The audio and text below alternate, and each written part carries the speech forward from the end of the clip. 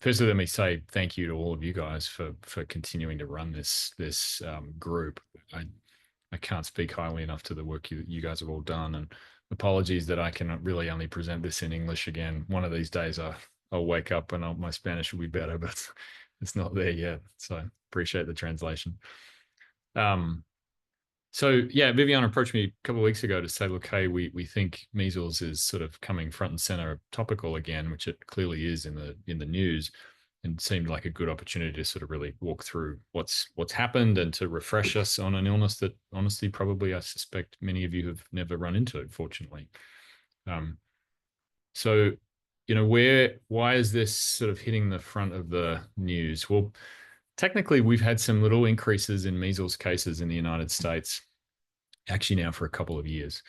For those of you who may remember who were here, perhaps in 2000, we were officially declared as a country to have eradicated measles. There was no measles internally transmitting within the United States. We'd get the occasional case of someone who flew in who was non-vaccinated or under-vaccinated and had contracted measles, but there was no transmission occurring within the United States.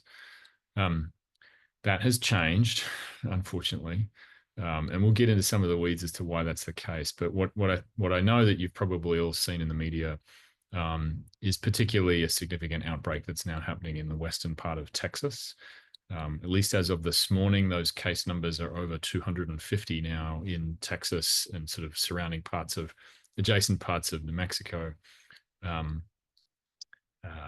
sort of spilling out into surrounding counties. So this will be the biggest Texas outbreak I heard this morning, for 30 years. So it's worth us sort of thinking through, like, why is this occurring and what does this mean for our community here and maybe friends closer to where this is occurring. So this data is a week out of date. The CDC is not as up to date with these numbers as CNN is, but this is what I could pull this morning. So bear with me that the numbers are slightly inaccurate. But we know there's at least, as I said, 250, I think the exact number is 258 diagnosed cases of measles, and probably a few that have been missed, frankly.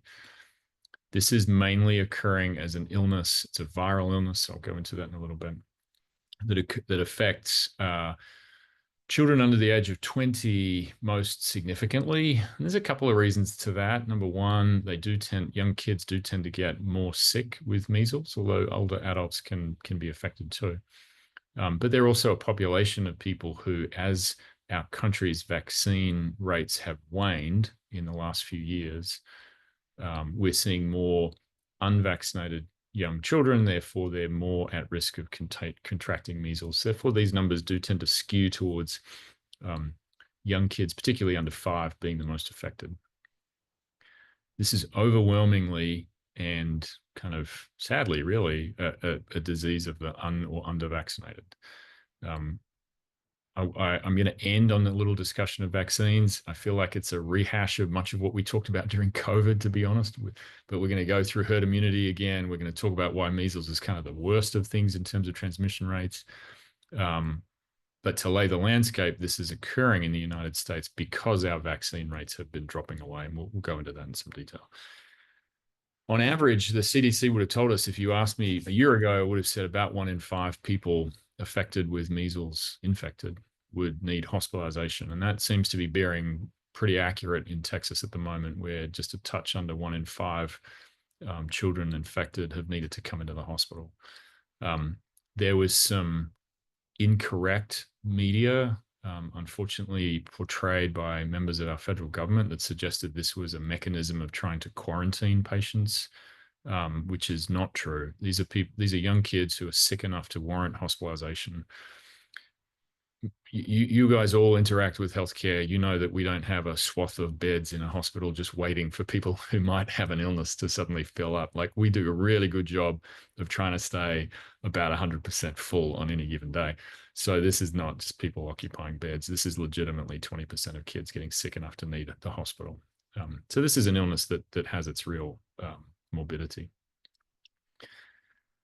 So a bit of basic virology. This is a transmissible respiratory virus, fundamentally, and its mechanism of infecting us is really no different than so many other viruses, like COVID, for example, that we've become familiar with. It's a virus that adheres to our respiratory epithelium in particular. It's an RNA virus. It contains this little packet of genetics and essentially harnesses our cell to re-replicate itself, and our cell spits it back out again, and then it goes on to infect another cell. But because it's a respiratory virus, it's also adept at those little viral particles being small enough, in fact, to transmit readily through air on droplet particles that can be very widespread through a room. Arguably, this is the most contagious virus that we know affects humans. And again, I plan to get into some detail on that later. But there's nothing unique about the virus. We've known about measles for hundreds of years. It's been a well-established infection that's quite unique to people. There's not, to my knowledge, large reservoirs of of measles hanging out in other animal populations, unlike, say, mpox or Ebola or bird flu. Like, this is a very unique, adapted to human virus that transmits quite easily. So what's the illness? I don't know how many of you would have lived through times or grown up in countries where measles existed. I grew up in Australia and I moved to the United States 18 years ago. I had seen one case of measles in my life and my training, and it was a case in Indonesia for an unvaccinated kid, and it was awful. The kid died. And that there's nothing as a young junior doctor that can sear something into your mind than watching someone, despite whatever efforts I had at the time, dying anyway. There's a couple of unique things about measles, though, for those of you who've not seen it, that are really key. And this graph, I think, describes that really well. So the first thing is there's a long period, an uncomfortably long incubation period after when you're exposed to when you become symptomatic. And that 10 to 14 days gives you ample opportunity to travel a long way. And so part of our challenge here in curbing measles is that, in fact, you don't know at that stage. You don't know that you've been exposed. And yet 14 days, heck, I could have done 10 laps of the globe in that time. So our ability to track where people might have moved is limited, in fact, because you can go a long way in 2 weeks. Now, for those people who knew that they might have been exposed, let's say a parent of a child who's sick, we would clinically tell that person, hey, you got 2 weeks. I want you to home isolate. And, don't travel, don't spread this to somewhere else. But the reality is most people don't know that they're sick. The early phase of the illness is then also difficult because a lot of people will become symptomatic in this prodromal phase that you can see in the sort of greeny blue color. There's nothing characteristic about measles at that stage. So it's a decent high fever, cough, red eyes, conjunctivitis. But that feels like the flu. That could be COVID. That could be any number of respiratory illnesses that many of our young kids get. So there's nothing there that's characteristic. And key at that point is that they don't have a rash, and yet they're already infectious and contagious to people around them. So again, you've got a long phase of not knowing you're about to become sick. You've got a short 3-day phase of being sick, but most clinicians, myself included, could not look at that person and think that it was uniquely measles. And it's really only then that the rash appears. And the rash is sort of its characteristic thing that I think most people think about if they're clinicians thinking about measles. It's a rash that typically starts on the head and in the mouth and then spreads southward, including the palms of the hands as the illness progresses. It's quite a characteristic sort of head to toe infection. By that stage, of course, by the time the rash appears and by the time maybe a clinician thinks, aha, this could be measles, you've exposed a bunch of people. The rash itself is like many childhood rashes, unfortunately. And there's not much about the rash other than its perhaps head to toe progression that's uniquely characteristic. Although I would point out those first couple of pictures, number one and number one, is it can actually, on the inside elements of the mouth, the buccal mucosa, often have these little sort of pinhead white dots called Koplik spots that appear. And it's pretty rare for infections to actually occur on the palms of the hands. The palms of the hands are sort of immunologically very different than the rest of our skin. And yet this is a rash that can occur there as a little early red flag. Annoyingly, all the textbooks will show white kids.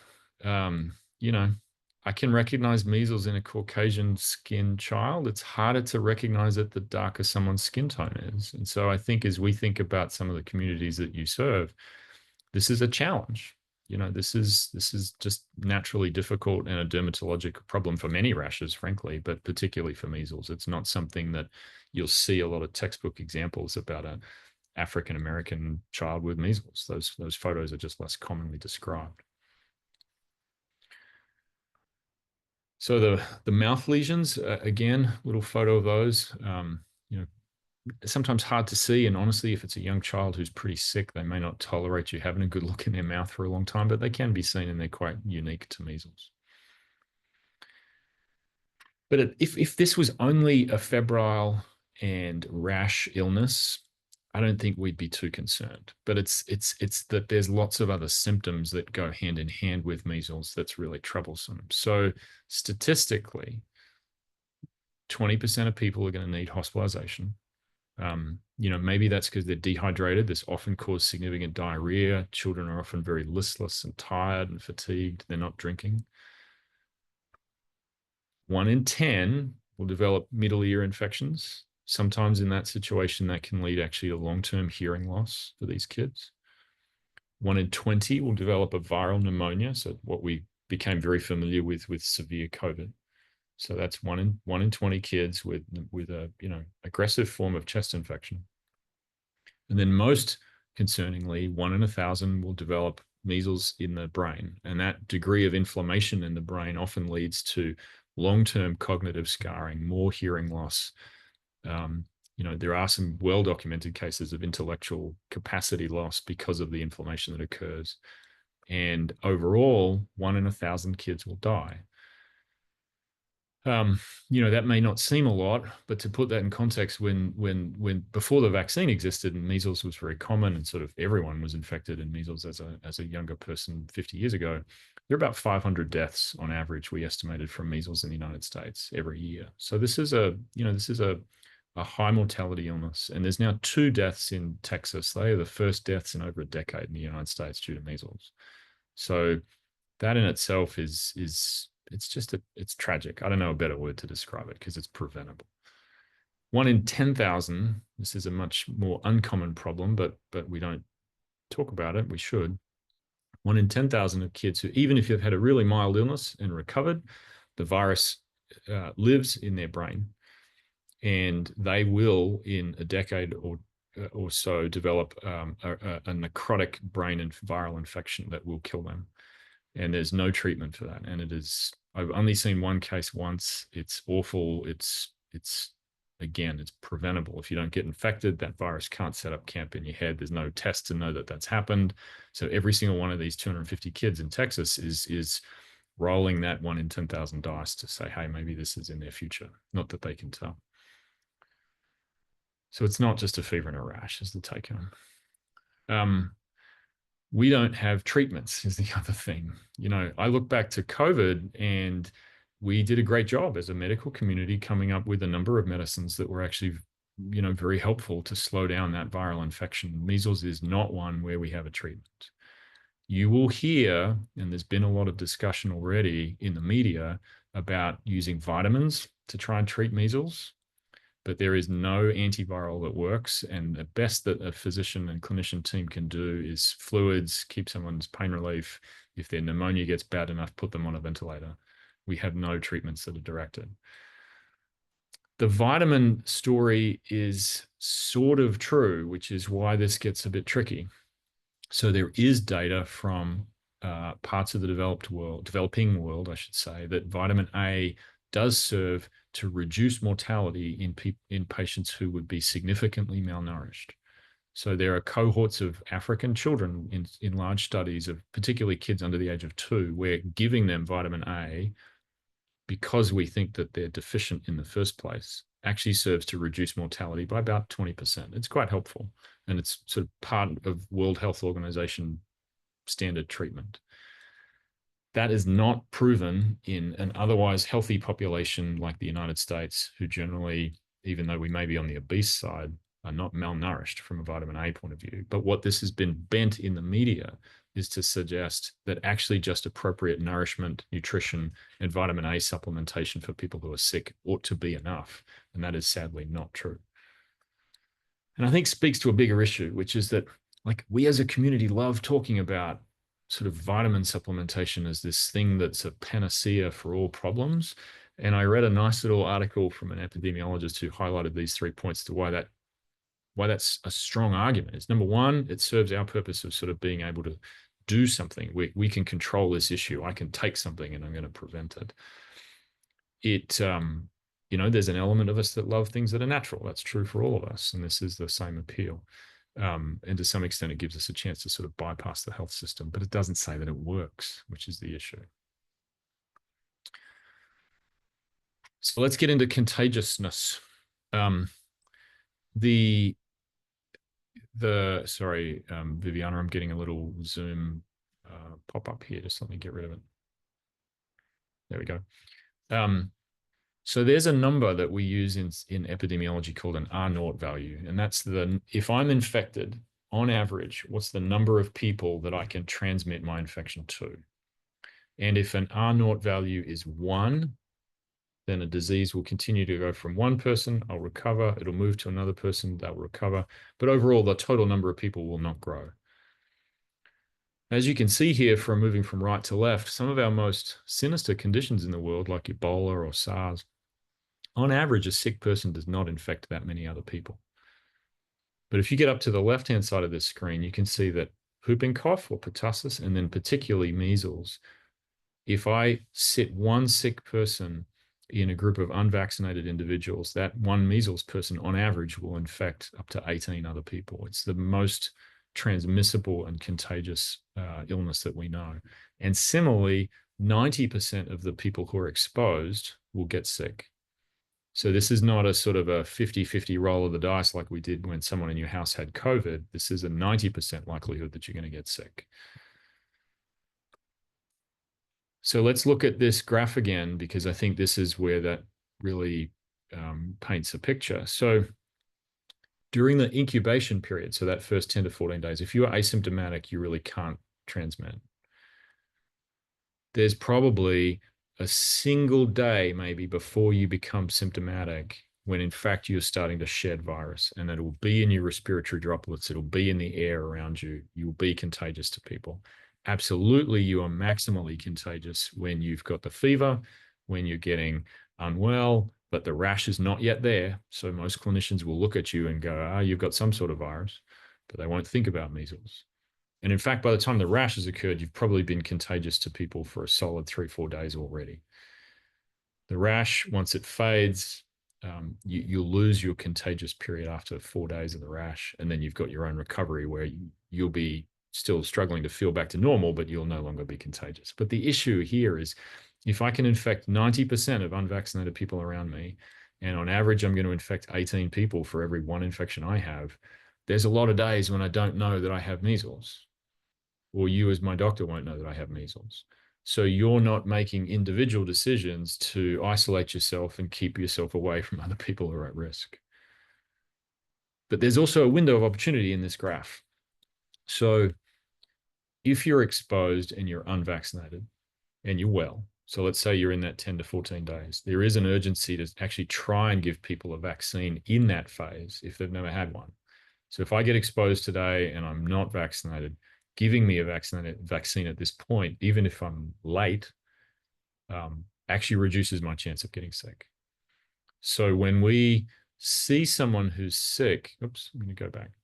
When we see someone who's sick, actually the biggest thing that's important is not only to isolate those folk, but we undergo a contact trace.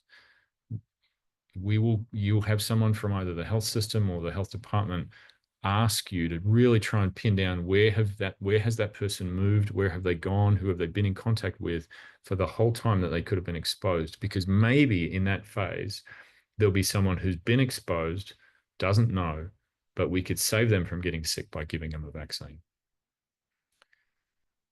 To put numbers in that, the last time Duke had a case of measles was a young woman who had traveled back from Euro Disney about 7 or 8 years ago.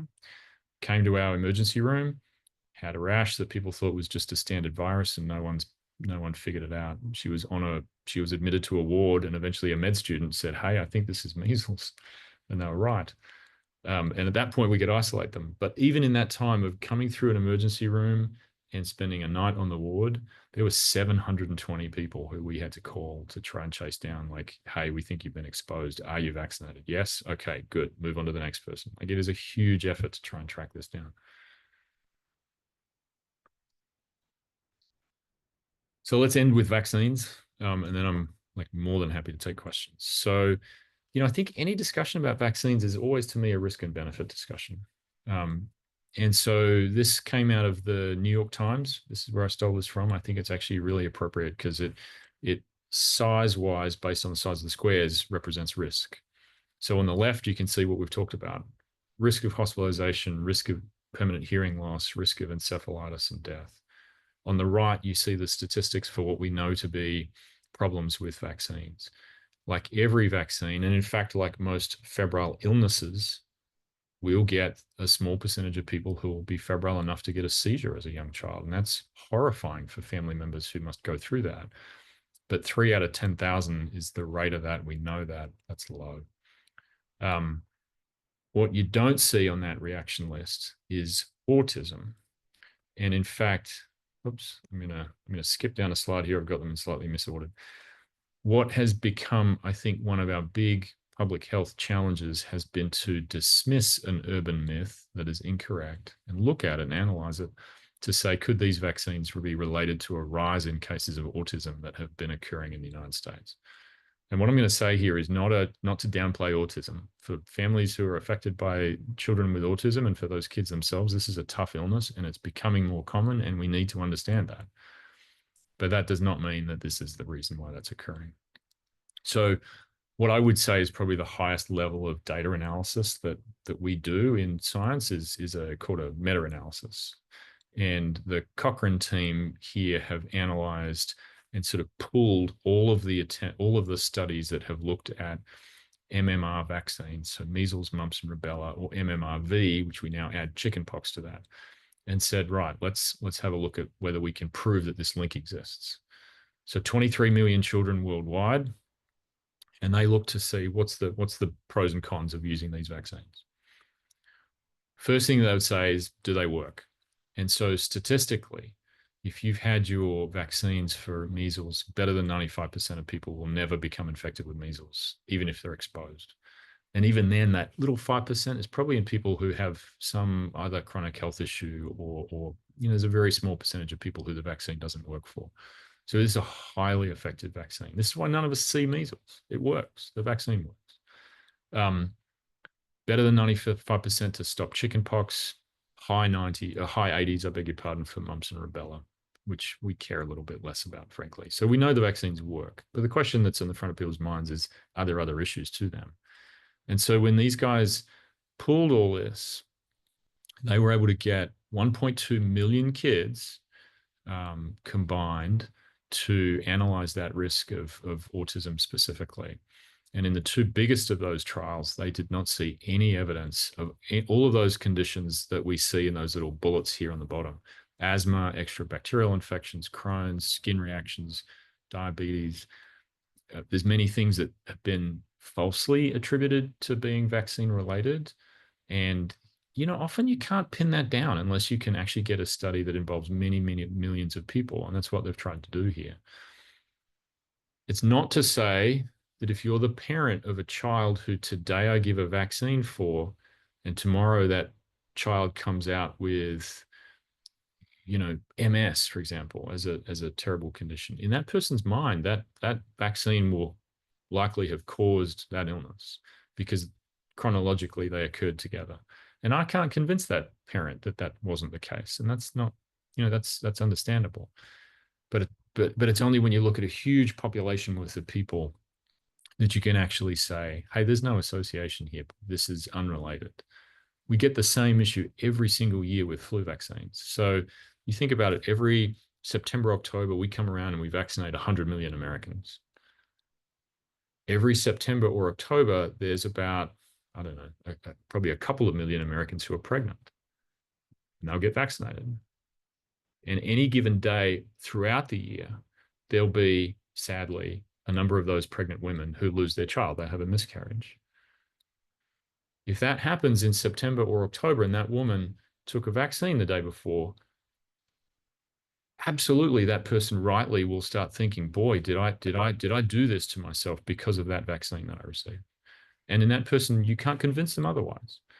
It's only when you look back at a whole year's worth of data, millions of cases of vaccines, that you see that the rate of miscarriage is exactly the same no matter what time of the year you give it.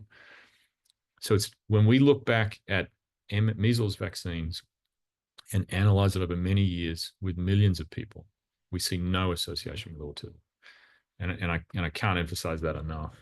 So final thing that comes up a lot is skepticism about, well, hang on, maybe that's just the pharmaceutical vaccine industry who are paying for these trials. Of course, they're going to put their finger on the scale. And in fact, when they looked at who were funding these studies, if you look at the purple on the far right-hand side, you can see that, in fact, over 3/4 of them were funded by public government funds. All of that to say that sometimes the best data in the world does not convince people who have really strongly held beliefs that they don't want to take a vaccine. And that's hard. And I think the US is going to really enter a little phase here where we need to be thinking about how to better create stories that are real to people about why vaccine's relevant. It's hard to think of vaccine as being relevant when we haven't seen any measles for 30 years in the United States. People don't have any living memory of the complexities of pneumonia or watching their young child die of a brain infection. For those of you that read the Roald Dahl books as kids, like Charlie and the Chocolate Factory or James and the Giant Peach, and there's a bunch of them, his daughter died of encephalitis due to measles, and he gives this elegant description of how a febrile illness turned his daughter into a drowsy and then unresponsive, and in the end she died in his arms, child. And it's super emotive. We've forgotten as a community what that felt like. And so I think when people balance in their minds, like, why am I giving my child another needle as opposed to, like, what's the benefit? Those things get forgotten. And I guess this is a timely reminder that they shouldn't be. We need to get more than 95% of the population protected in order to stop measles continuing to move in that population. So even if I'm protected, if only 80% of Durham is protected, then the 20% will continue to share measles amongst each other until it just keeps on going. So when we look at, well, what are our protection rates? You can see in the United States, the blue are states that are above the protected rates in their young children. The orange, including North Carolina, are states where on average we've dipped a little bit below what would be expected to burn out measles. And the dark orange is states that are well behind. And there's pockets within that are good and bad. Actually, within Durham County ourselves, our vaccine rates are excellent. We're a pretty health literate area. That is not true in parts of rural North Carolina where vaccine rates are much less. So we've got a job to do. And I think, maybe my final message, and I'll sort of stop sharing my screen here, but maybe my final message to this sort of audience is, we're going to hear a lot of false narrative over the next few years. Sadly, some of that is already, and I suspect will continue to come from the highest levels of the federal government. And I think, you are all in positions where we can talk a better truth, I would say, and that this will be a big issue for us moving forward. It's going to get a little bit more hot than it gets before it gets cooler. So I'll pause there anyway. I can see a bunch of chat questions here, Viviana, but I don't know if you want to moderate or like if there's questions that people